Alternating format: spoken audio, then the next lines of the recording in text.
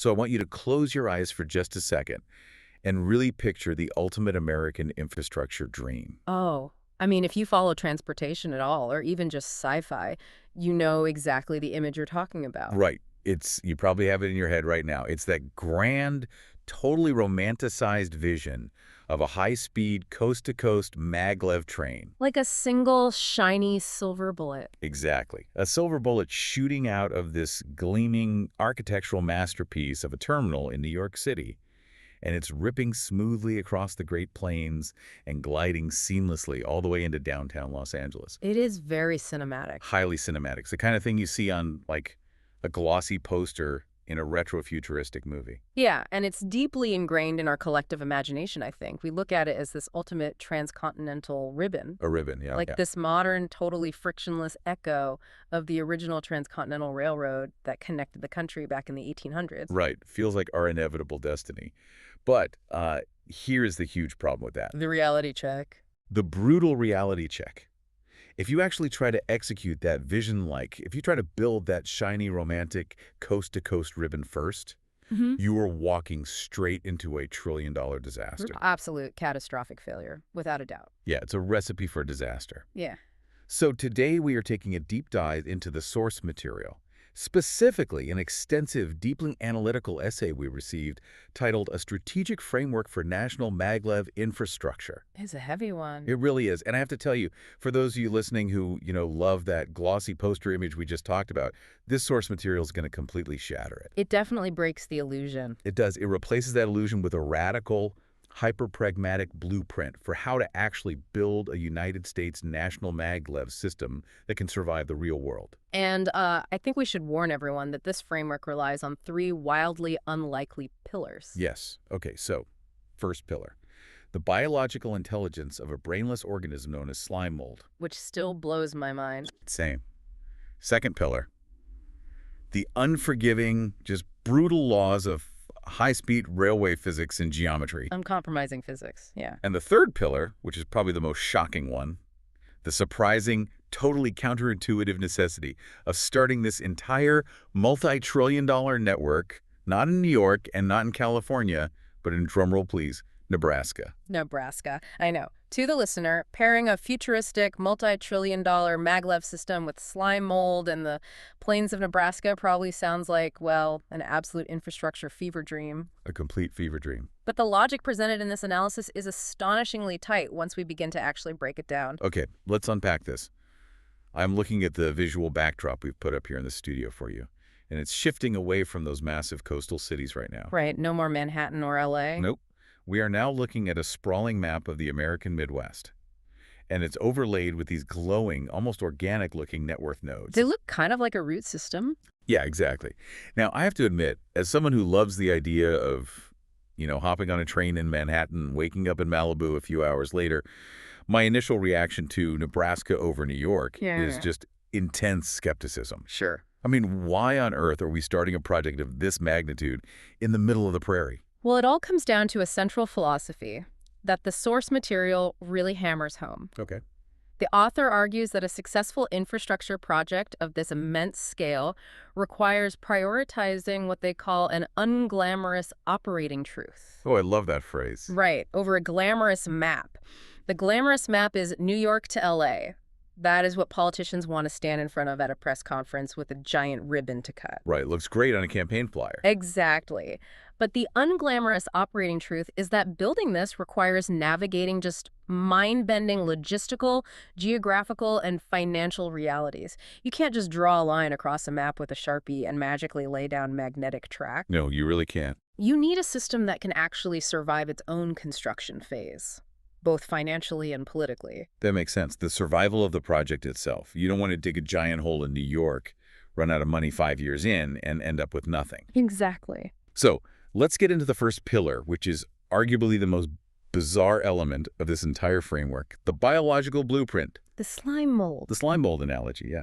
The essay explicitly points to a famous 2010 science paper on an organism called, let me see if I can pronounce this, Physarum polycephalum. I think you nailed it. I practiced. Right. Anyway, it's a type of slime mold, and the source suggests using its behavior to design a continental rail network. Yes.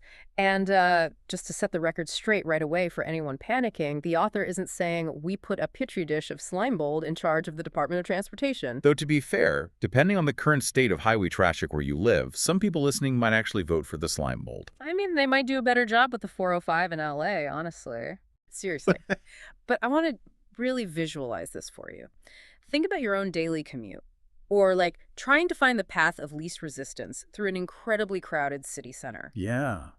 You don't just walk down every single street and every little alleyway to make sure you've touched every single block, right? That would be crazy. It would take forever. You'd waste massive amounts of energy.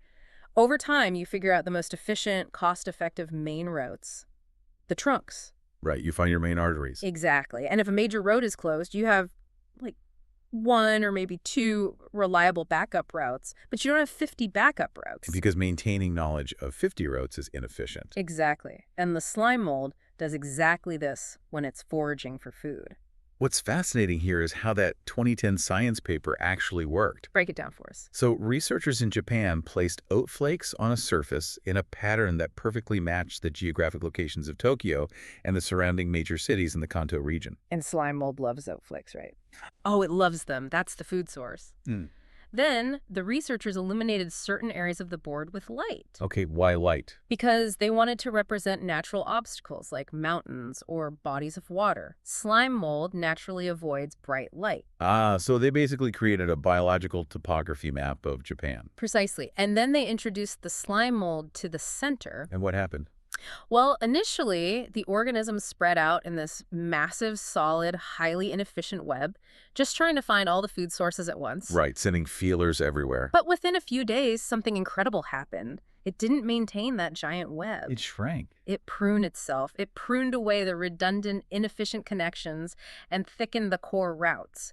The network it ultimately created to transport nutrients across its single-celled body ended up being remarkably comparable to the real-world Tokyo rail system. Which is just mind-blowing. I mean, you have human engineers and urban planners in Japan who's spent decades and billions upon billions of dollars designing a highly efficient, resilient transit web. And a brainless amoeba basically arrived at the exact same topology, just by following its biological imperative for efficiency. It's incredible. It perfectly balanced the cost of building the network, meaning the biological energy it takes to maintain the slime tubes, with the efficiency of transporting the nutrients. And it kept some backups, right? Yes, the resilience factor. It kept just enough alternative routes so if one vein was severed, the organism wouldn't die. It aggressively avoids overbuilding. And that brings us to the core lesson our source draws from this for a U.S. Maglev system. Do not try to build a pretty national spiderweb where everything connects to everything. Right. You ask the organism, or in our case, this ruthless planning logic, to reveal the absolute smallest number of trunks that carry the most value. And then you only reinforce the loops that materially improve the resilience of the network. You want a strong skeleton. Not a tangled, overly complex web. Right.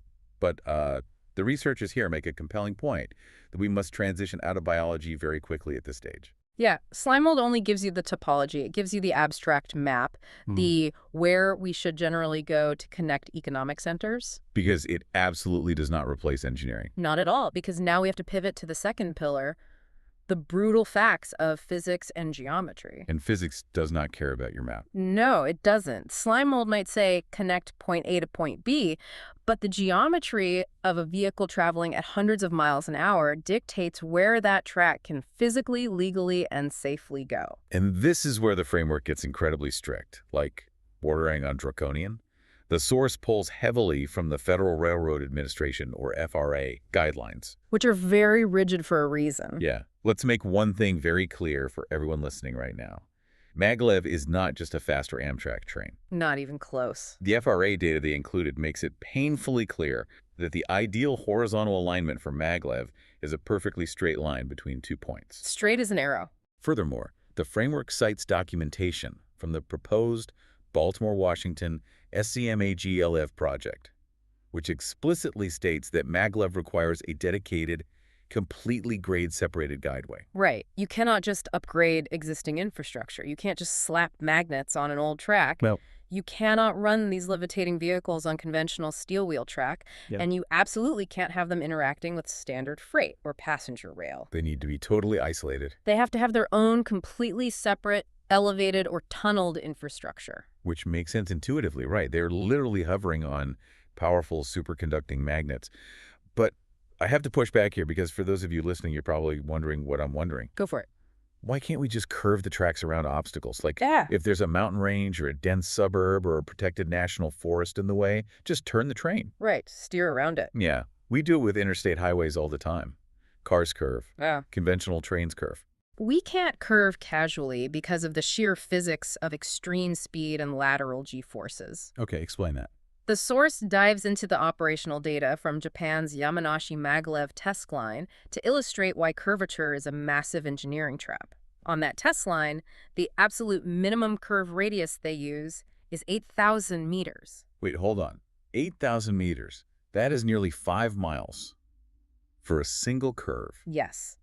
Think about it like a bobsled versus a car. A car on a highway can take a sharp exit ramp at 40 miles per hour because the friction of the tires holds it to the road. Right.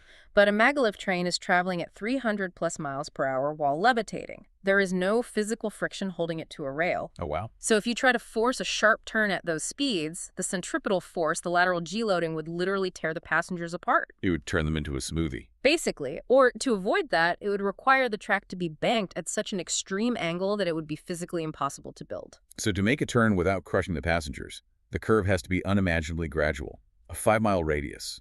Exactly. And they are doing that with grades, or inclines, of up to 4%. To give that some contrast, the essay throws a total curveball by bringing up the California High-Speed Rail Project. Yeah, that's a great comparison. For those conventional high-speed steel wheel trains out in California, which are designed to go around 220 miles per hour, they use a minimum curve radius of about 22,000 feet. Which is over 4 miles. Just for illustration of how hard regular high-speed rail is.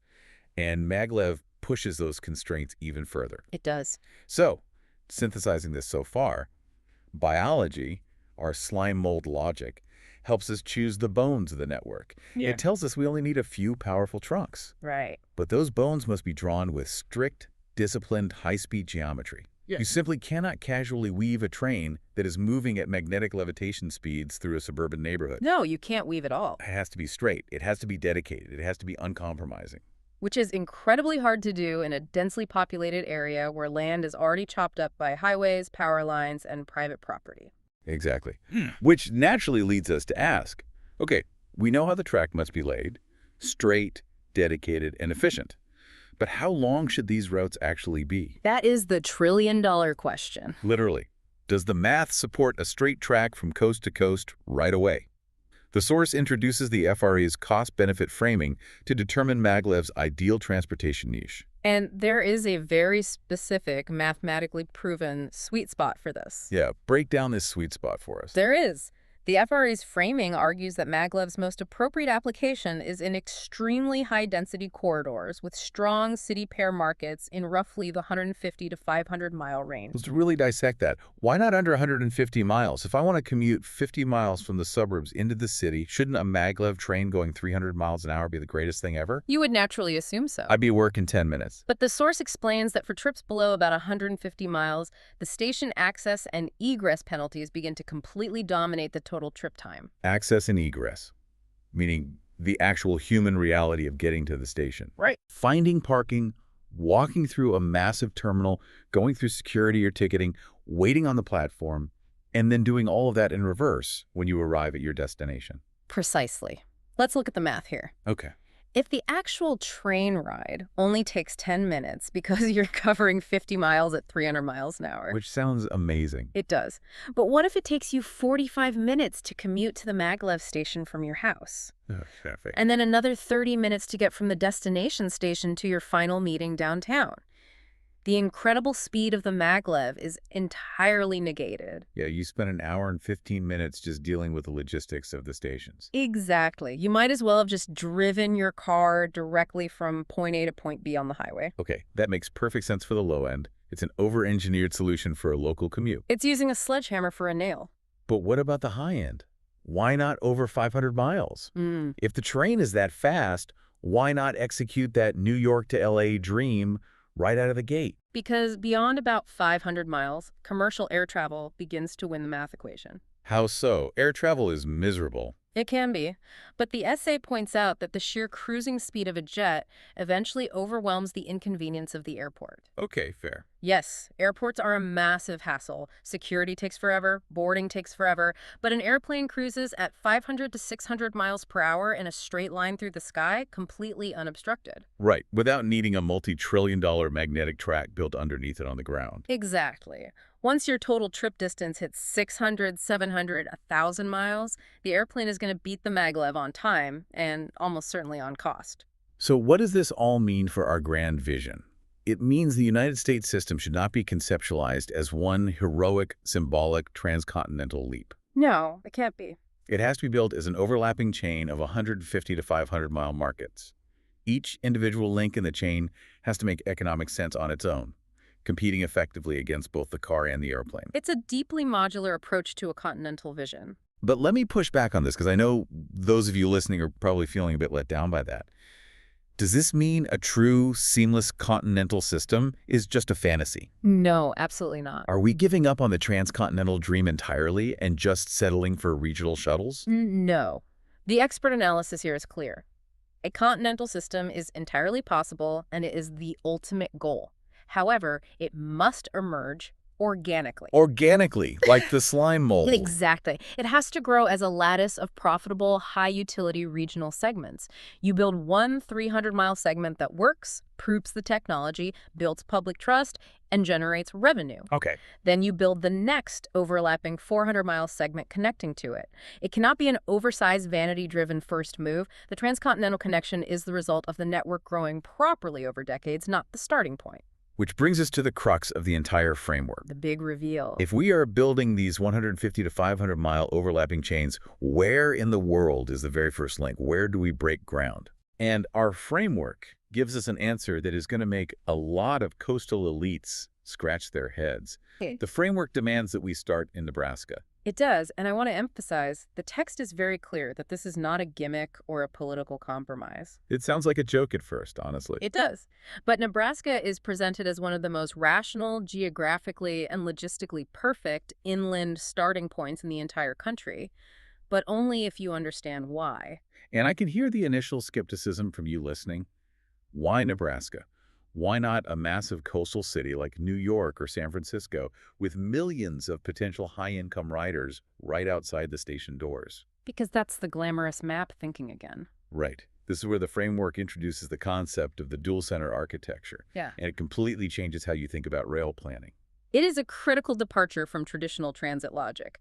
Usually, city planners think, put the station where the most people are standing right now. Which seems logical. It does, but the author argues that for a national maglev, you need a dual-center approach because the system actually has two entirely different masters to serve, and they have conflicting geographical needs. Conflicting needs. Okay, let's look at the first master. The first master is obviously the public.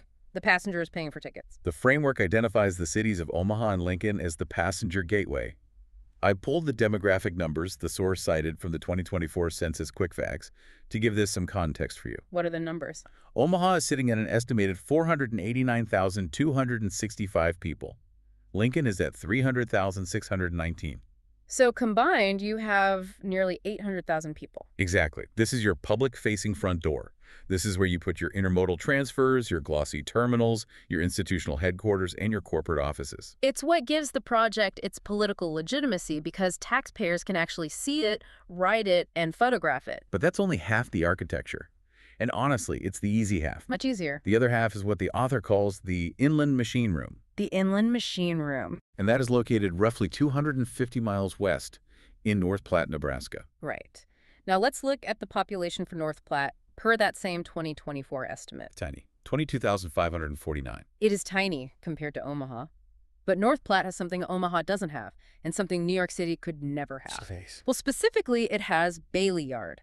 The source notes, citing Union Pacific documentation, that Bailey Yard is the largest railroad classification yard in the entire world. The entire world. Yes, It covers an astonishing 2,850 acres, and crucially, it sits directly at the geographical intersection of key east-west and north-south transportation corridors across the North American continent. Here's where it gets really interesting. If we connect this to the bigger picture, the analysis here is that Maglev isn't just a ridership device. Right, it's not a bus. It's not just a sleek tube you shove commuters into. It is a massive, incredibly complex, heavy industrial organism. It's a system of systems. Exactly. We have to think about the hidden metabolism of a multi-trillion-dollar network. The essay lists these massive operational needs that the public never, ever thinks about. Let's unpack some of this terminology because it's vital. The text mentions heavy maintenance facilities, Okay, so heavy maintenance. meaning places where you can literally lift a 300-mile-per-hour levitating train off the tracks, strip it down to its chassis, and rebuild the superconducting magnets. Yes, that takes a massive factory-sized building.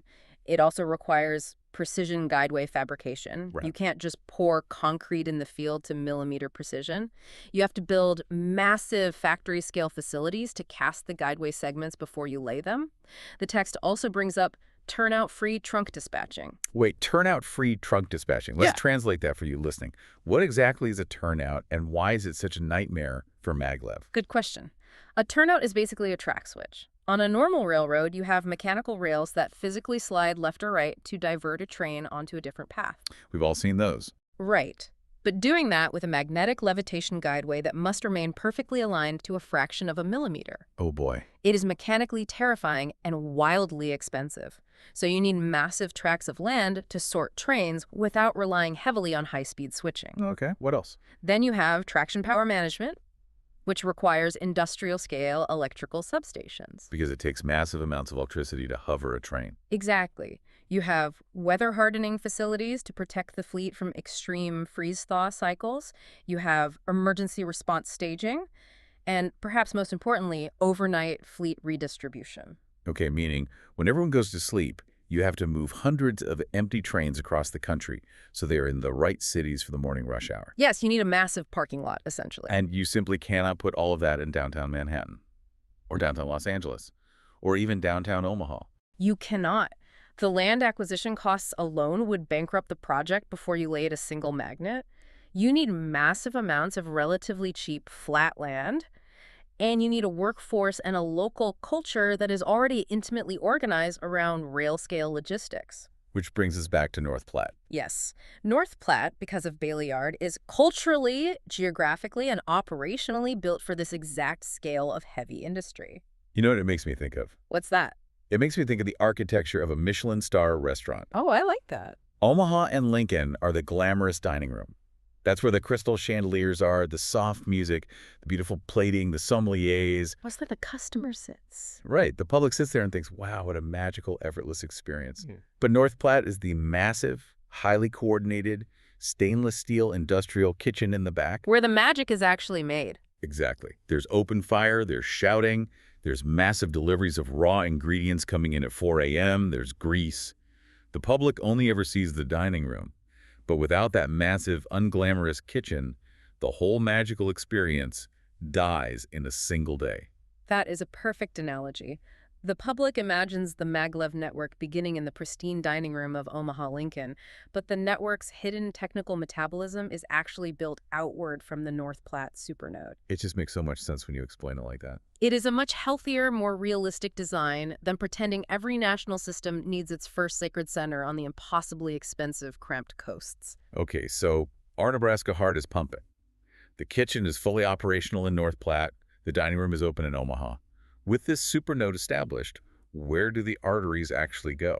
Let's look at the map. The author calls this first build-out Phase IA, the prairie skeleton. And the visual backdrop is changing again to trace these lines. We have 4 main corridors branching out from Nebraska. Let's look at the first one. We start with the Eastern Trunk. This is proposed to go from Omaha straight across to Chicago. The source details this as an approximately 500-mile corridor, explicitly linking into Chicago Union Station. Now, I can see why this makes sense on a map, but why is it the priority? The strategic value here is immense. Chicago is described in the text as the eastern hinge of the interior United States. The Eastern Hinge. Right. A Nebraska first maglev system that doesn't reach Chicago early on is strategically incomplete. Chicago is where a regional prairie line transforms into a legitimate national network candidate. Because Chicago is such a massive hub. Exactly. It ties into older Midwest regional planning frameworks. It accesses a massive metropolitan economy, and it establishes the first great eastbound tendon in the body. Got it. Eastern trunk secures Chicago. Next up is the western trunk. Right. This runs from Lincoln and North Platte out to Denver. Now, hold on a second. I have to challenge this routing. I thought you might. If we are trying to make money and prioritize high-density corridors, why are we building a massive, expensive track out to Denver? Look at the geography between western Nebraska and the Colorado border. It's empty. It's incredibly sparse. Why are we dragging a multi-billion-dollar track across hundreds of miles of empty plains? That is exactly the right question to ask. If you're just looking at a population heat map, it doesn't seem to make sense. It makes zero sense. But if you look at the geometry and the long-term staging of a transcontinental system, it's vital. The framework points out that this is a clean inland corridor with long, straight reaches and very moderate grades compared to true mountain rail. Ah, so it's relatively flat and open, meaning it's cheaper to build the straight geometry Maglev demands. Yes. It's essentially the easiest path to build on. And strategically, it plugs right into the Corridor ID framework for the Colorado Front Range. What is that, for those unfamiliar? The Corridor ID program is a federal pathway for funding and planning intercity passenger rail. By connecting to Denver, you absorb that federal momentum, you tap into existing plans. That's smart. But the real strategic value is that it acts as a westward launch pad. Launch pad? For what? Before you even attempt the incredibly difficult engineering nightmare task of crossing the Rocky Mountains to reach the Pacific coast. Which sounds terrifying for a high-speed train. It is. You have to establish a strong, fully operational western face.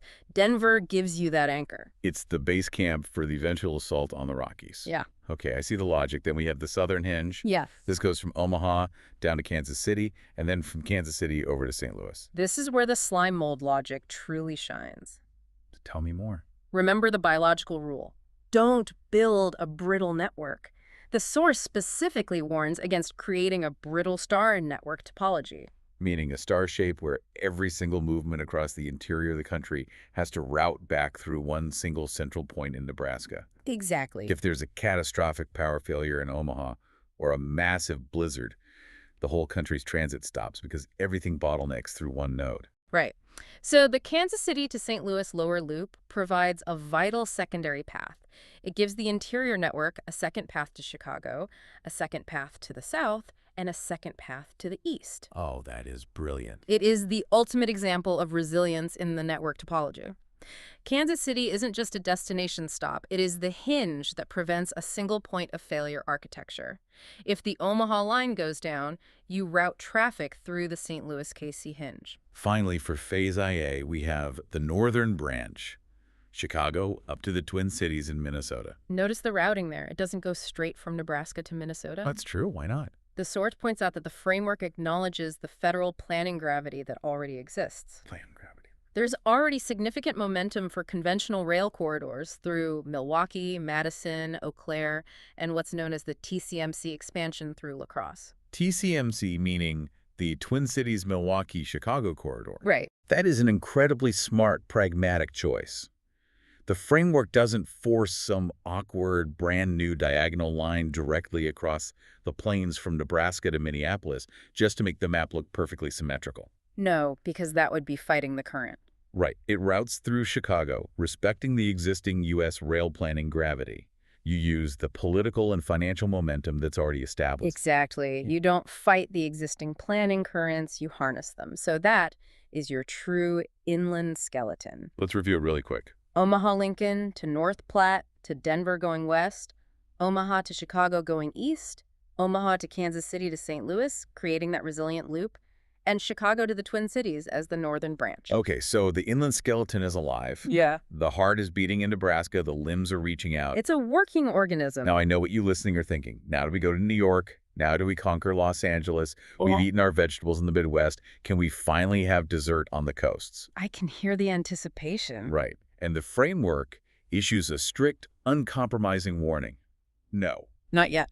Because before we hit the dense, expensive coasts, there is Phase IB, the Texas lower arc. Texas is next. The essay outlines this as extending from Kansas City down into Texas, hitting Dallas-Fort Worth, then down to Houston and across to San Antonio. This expansion pushes the entire operating network to a massive 3,150 route miles. The reason we go to Texas before the coasts is, again, absorbing existing corridor gravity. Okay, expand on that. The FRA planning pathways already show immense interest, demographic growth, and political momentum around the Gulf Coast and South Central patterns. I mean, Texas is booming. Exactly. Texas has massive, sprawling, booming city pairs.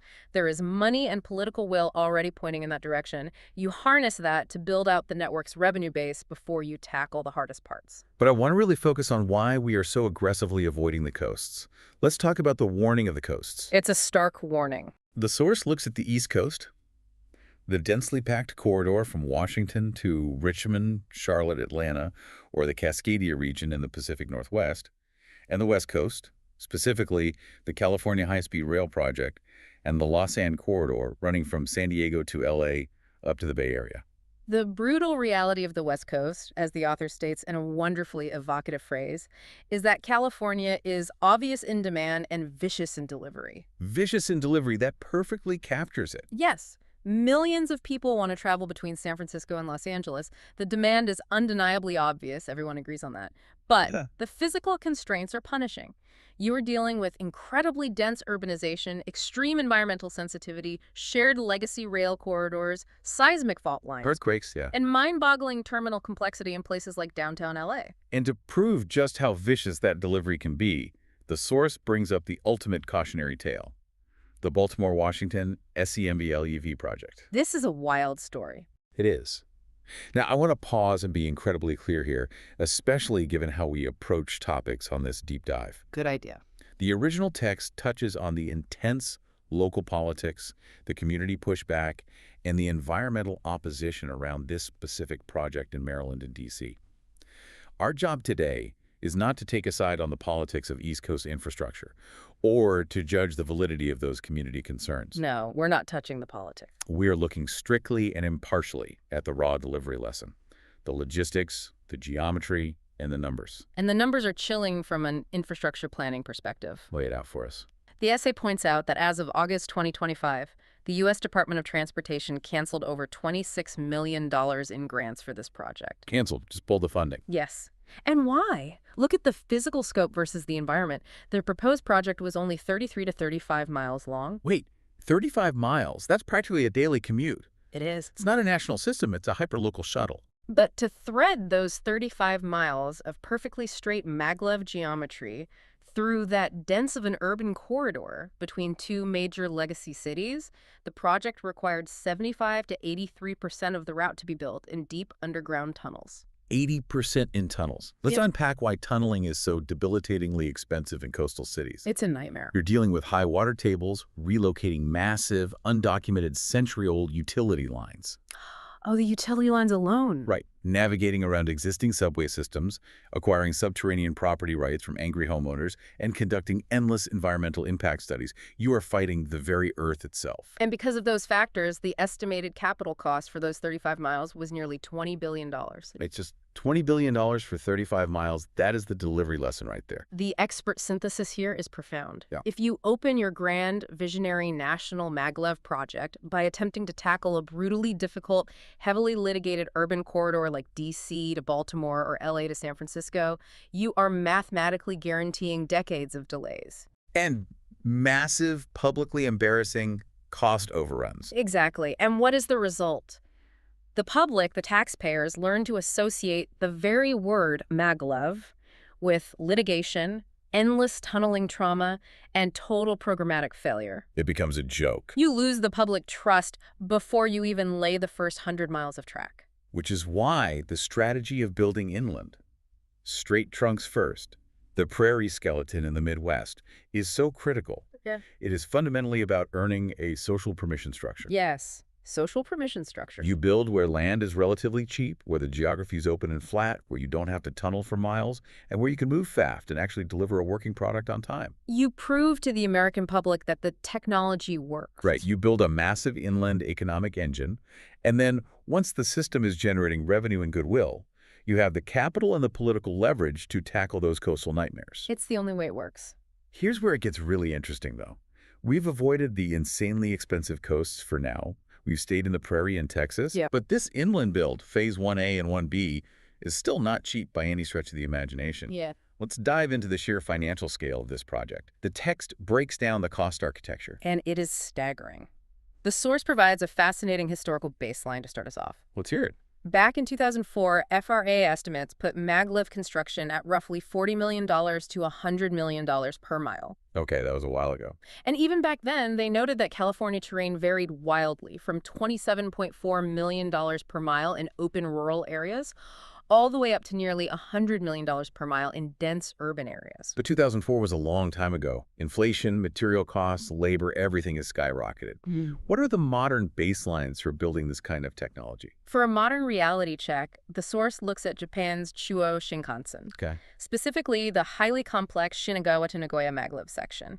In late 2025, JR Central forecast the cost of that line at roughly 11 trillion yen. And what does that translate to in dollars? If you convert that based on the Federal Reserve's March 2026 exchange rate, that is approximately $68.9 billion for a single regional segment in Japan. So applying these updated, harsh financial realities, the author models the projected build costs for our U.S. framework. Let's look at Phase IA first. Right, that 2,210-mile inland skeleton branching out from Nebraska to Chicago, Denver, and St. Louis. Using a blended assumption of $230 million to $300 million per route mile, you are looking at roughly $508 billion to $663 billion. $500 billion for the skeleton. And remember, that's just the core skeleton. If you add Phase IB, the Texas expansion we discussed, bringing the network to 3,150 miles, the capital build jumps significantly. How much? In a tougher scenario where costs inevitably hit $350 million per mile